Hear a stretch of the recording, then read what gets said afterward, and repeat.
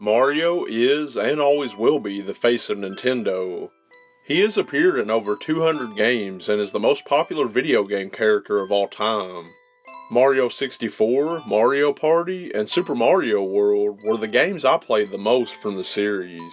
One game I finally got to try a few years ago is Mario RPG Legend of the Seven Stars. I really enjoyed this title as it introduced new characters that were exclusive to the game, and you got to play with Bowser on your team. What many fans don't know is that Super Mario RPG 2 was in development for the Nintendo 64 disk drive. The game was shown off at Nintendo Space World in 1997 and received a positive reception from fans. Now, remember, Squaresoft was the king of RPGs during the late 90s, so they developed Super Mario RPG. While Nintendo was working on the sequel, they ran into legal problems with Square. This is also why we will never see the characters Geno and Mallow ever again. Nintendo decided to drop the RPG name and began a new series called Paper Mario. It was released in 2000 on the Nintendo 64. What can be seen of Mario RPG 2 is 1 minute of gameplay footage and a few screenshots. The Philips CDI was a massive failure and is known for having some of the worst games known to date. Mario Takes America was an adventure game that was planned for release on the CDI. Other than being featured in a magazine ad, not much is known about the game. It was cancelled due to financial problems, and Philips wasn't happy with the game's development. It's said that before going bankrupt, the development team tried to rework the game into a Sonic the Hedgehog title. I believe Mario Takes America would have been similar to Mario is Missing, so not something I really would have enjoyed. However, there is another cancelled Mario game that was set for release on the Philips CDI, Super Mario's Wacky Worlds. This was the planned successor to Super Mario World. The game looks fun, and in my opinion, would have done well on the console. Unfortunately, Wacky Worlds required a higher budget to continue production. Also, popularity of the CDI dropped off at that point. Luckily, the developers preserved the game, and 3 prototype discs exist. Gameplay footage is available online, and it looks fun for a CDI game, but definitely unfinished because of the limited budget. Okay, now we can move on from Mario's misadventures on the Philips CDI. However, we are still in the realm of failed consoles for the next title. VB Mario Land was planned to be a launch title for the Virtual Boy. The game was the sequel to Super Mario Land 2: The 6 Golden Coins on Game Boy. The Virtual Boy is known as the red system with one major flaw. You can't play the console for over 15 minutes without getting a headache. Even though the system was doomed from the start because of the way it was programmed, I believe Mario Land would have made a huge difference in the lifespan of the Virtual Boy. A demo of the game was shown in 1995. It shows one level from beginning to end. During development, the game was redone multiple times, with the final version being a 3D game. What was meant to be a minigame inside Virtual Boy Mario Land ended up being released as a full game titled Mario Clash.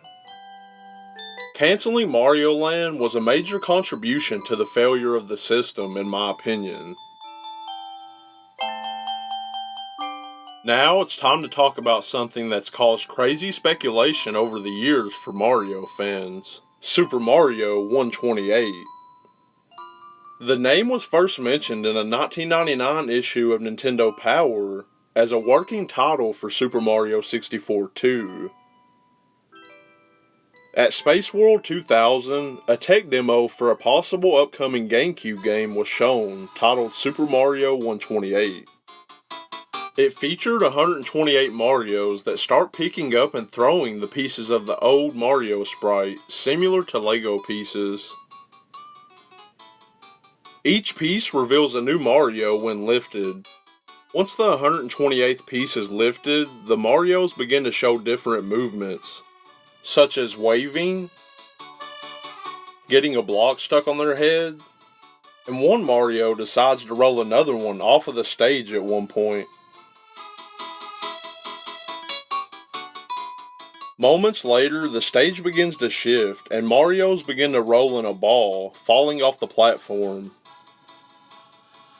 The stage then transforms into a pizza and shifts upwards, knocking off all the remaining Marios before dropping down into a Nintendo GameCube.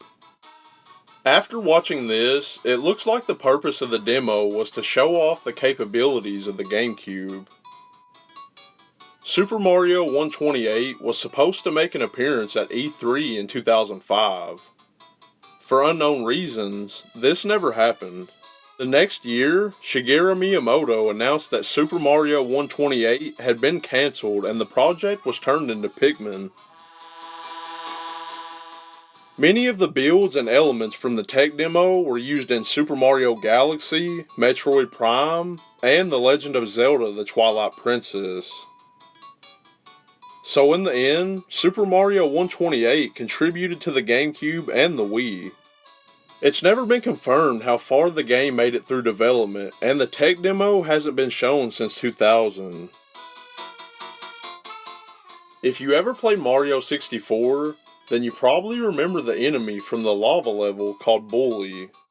During the recent Mario 64 source code leak, in which Luigi's character model was found, an enemy very similar to the Bullies was found, named Motos. He picks you up and begins running, then throws you into the lava. This enemy has never been mentioned by Nintendo, and I'm unsure of why they would have removed him from the final game. New Super Mario Bros. Mii was a playable tech demo for the Wii that was shown at E3 of 2011. Players had the option to play through New Super Mario Bros. Using Mii characters alongside the Mario Brothers.